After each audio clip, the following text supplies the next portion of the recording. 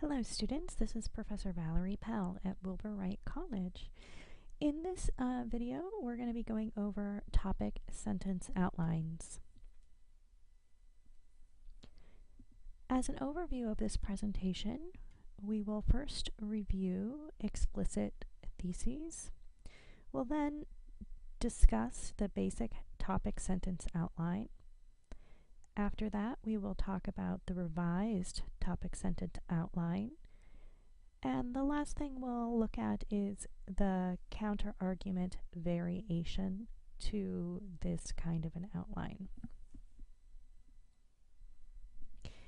The explicit thesis review.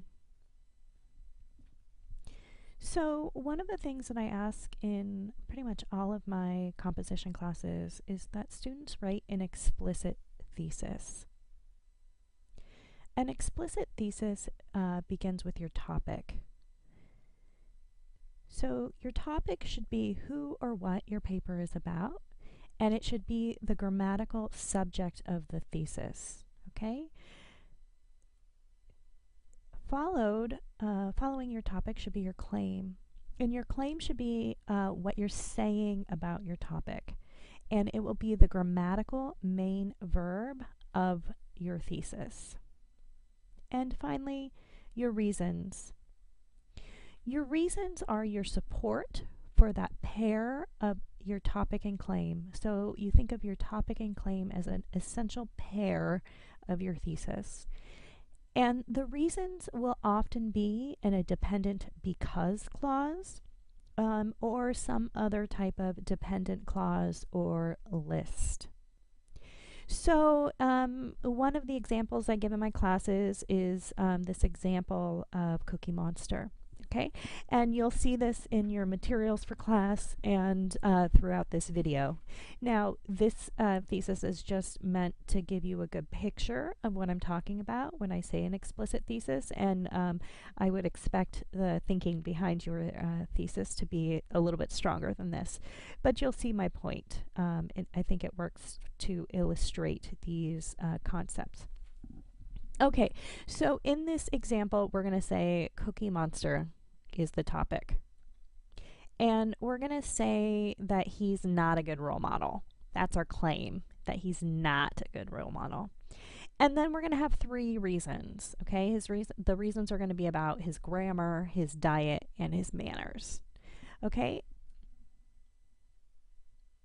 So with the explicit thesis example, again, Cookie Monster's our topic. The claim is that he's not a good role model. And then our reasons are grammar, diet, and manners.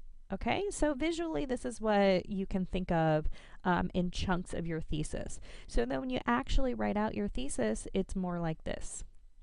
Cookie Monster is not a positive role model for kids because of his grammar, diet, and manners. So when we look at this, we see Cookie Monster. See how Cookie Monster is the subject of the sentence, right? Grammatically, it's the grammatical subject, the main verb of the sentence.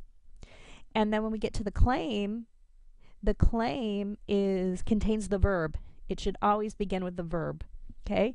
Is not a positive role model for kids. That's what we're claiming. We're claiming that he is not a positive role model. Okay, that's a claim of value because we're placing value on Cookie Monster.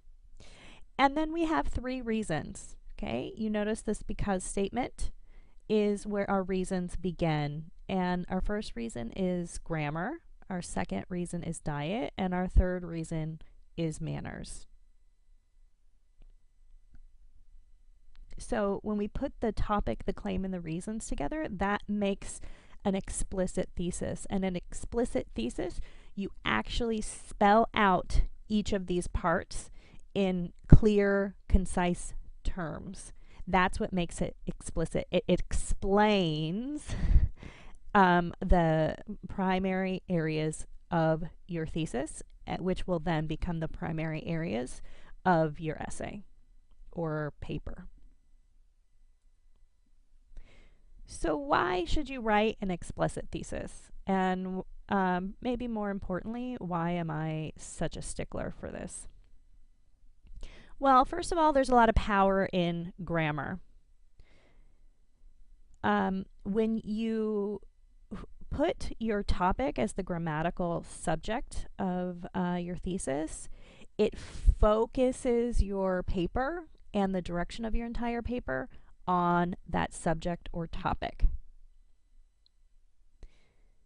And when you make the claim, the action or the grammatical verb, it also has power in that. Okay, because what happens is that these two things on like the hierarchy scale, like the top of the pyramid, the top of the food chain, then become essential. That topic claim pair, if you make the topic the subject and the claim the verb, it makes them grammatically essential to the sentence. And what we privilege as in those roles shows to your reader what's most important to you as the writer. So then what happens is if you privilege the topic and the claim as the grammatical subject and the grammatical verb, then it forces the reasons into a supporting role. So they become the bottom support for the top. Okay? They're at the bottom supporting the top, but you will always know that the top there is the topic and the claim.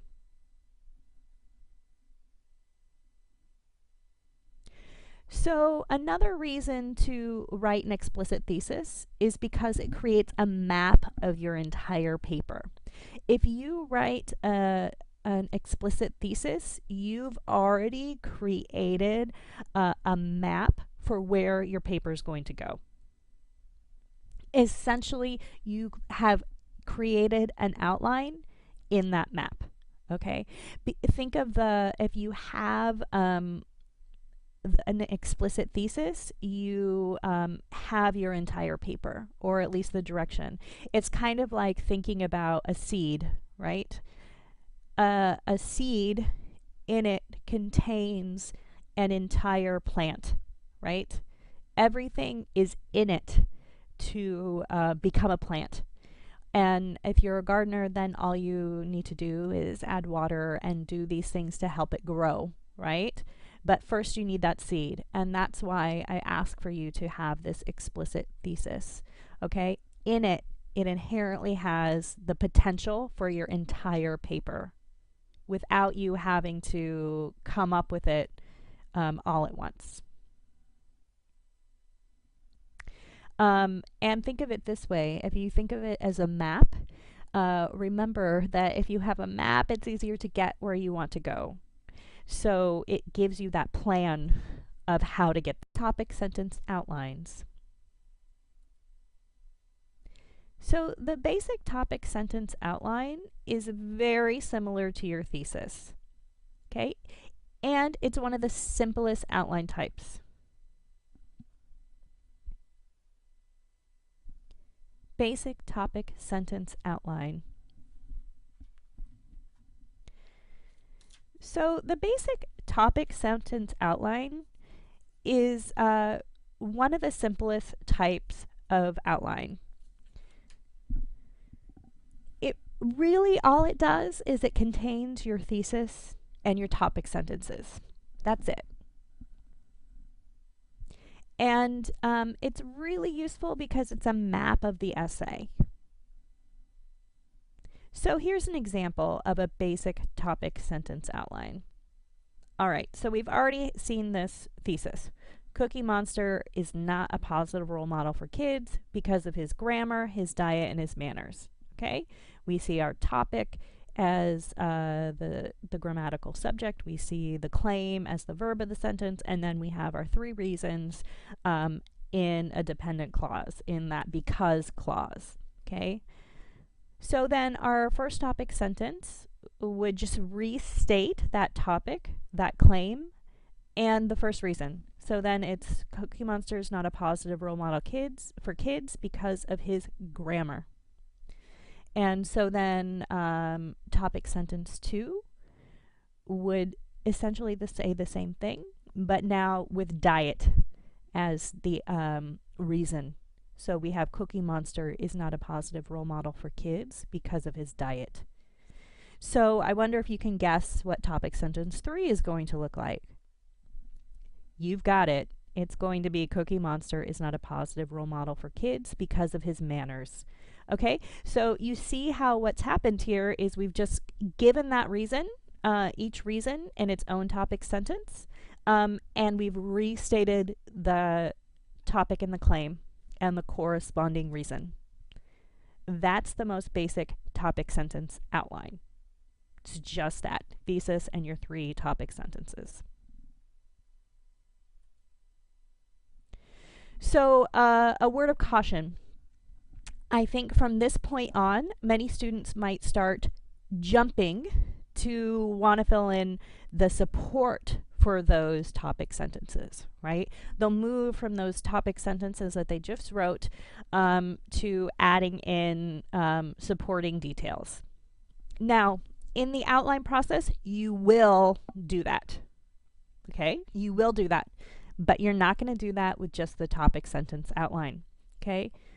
You will do it later, just not yet. So when I ask you to make a topic sentence outline, I'm not asking you to fill in any supporting details. Let me repeat that. When I'm asking you to write a topic sentence outline, I'm not asking you to fill in any details yet. Revised topic sentence outline. So the revised topic sentence outline is really what I'm trying to get you to when I assign you a topic sentence outline. Okay, so when we look at this topic sentence outline example, the first thing that you notice is that it's kind of redundant, right? It's kind of redundant. It sounds like it sounds exactly the same, and that's kind of boring, right? I think we'd all agree that it's kind of boring. And I agree, and that's why you are going to make some revisions to this. You are going to restate in all 3 of your topic sentences. You're going to restate the topic, claim, and reason, which you see here, but you're going to go beyond restating it exactly the same.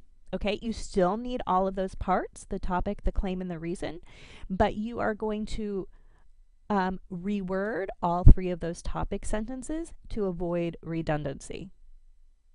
Okay, so you are going to take all the information that's in each of those topic sentences and you're going to rearrange it or add synonyms. Okay, so you're going to reword them to avoid redundancy. And then you're also going to use transitional phrases to link your reasons.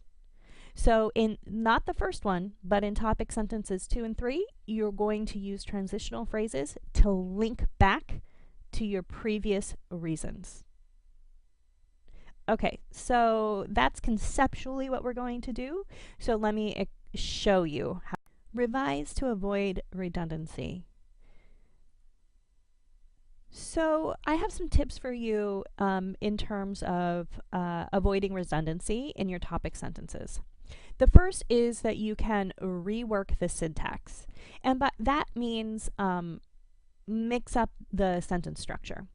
The thesis is the only sentence where you have to have the specific topic being the grammatical subject, the claim being the verb, and the reasons being the dependent clause.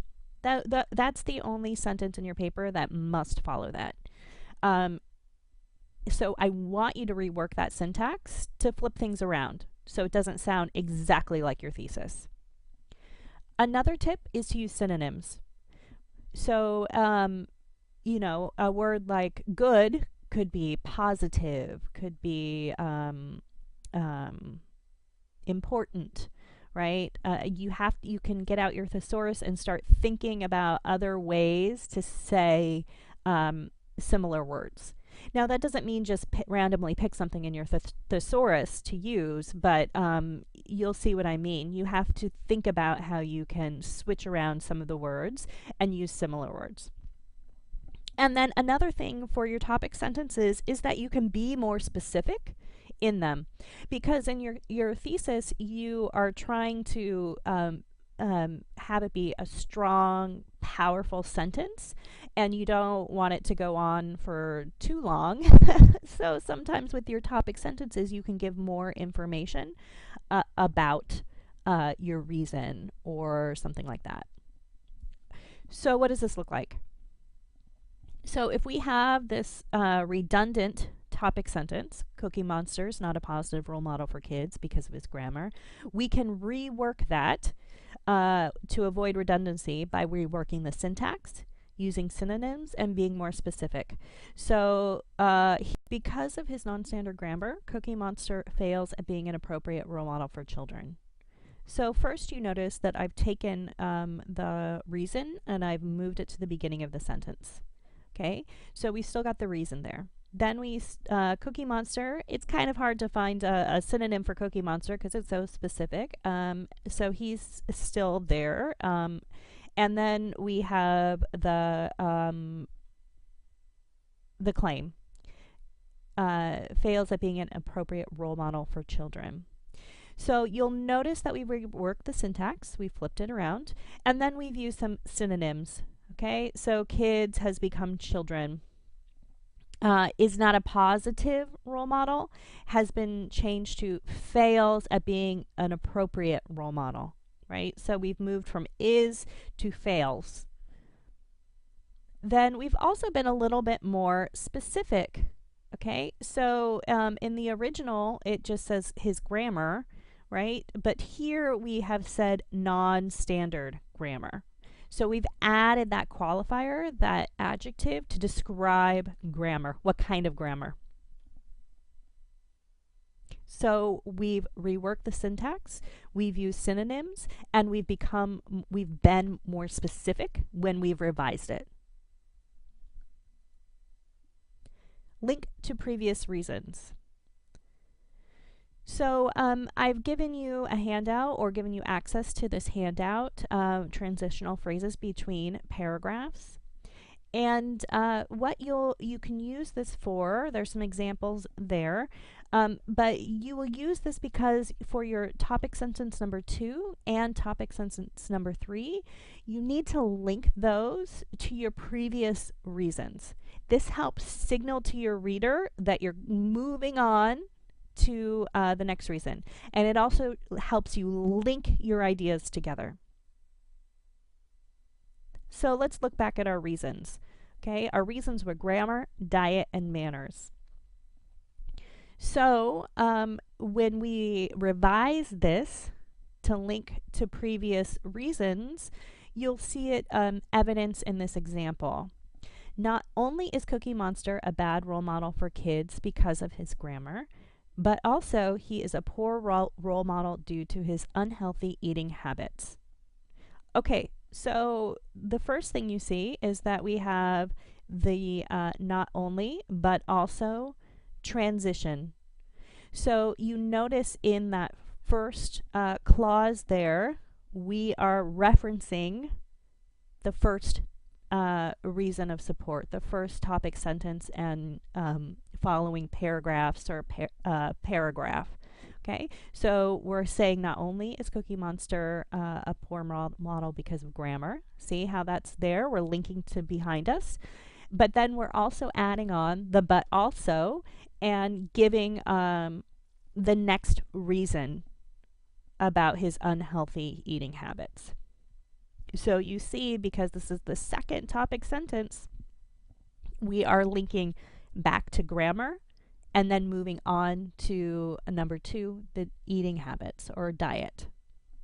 So then with topic sentence 3, we will need to look back at grammar and diet, right? We'll have to look back before we can get to that purple of manners. We have to look back to where we've been with grammar and diet. So we have our transitional phrase, besides the fact that Cookie Monster is a negative role model for kids because of his grammar and eating habits.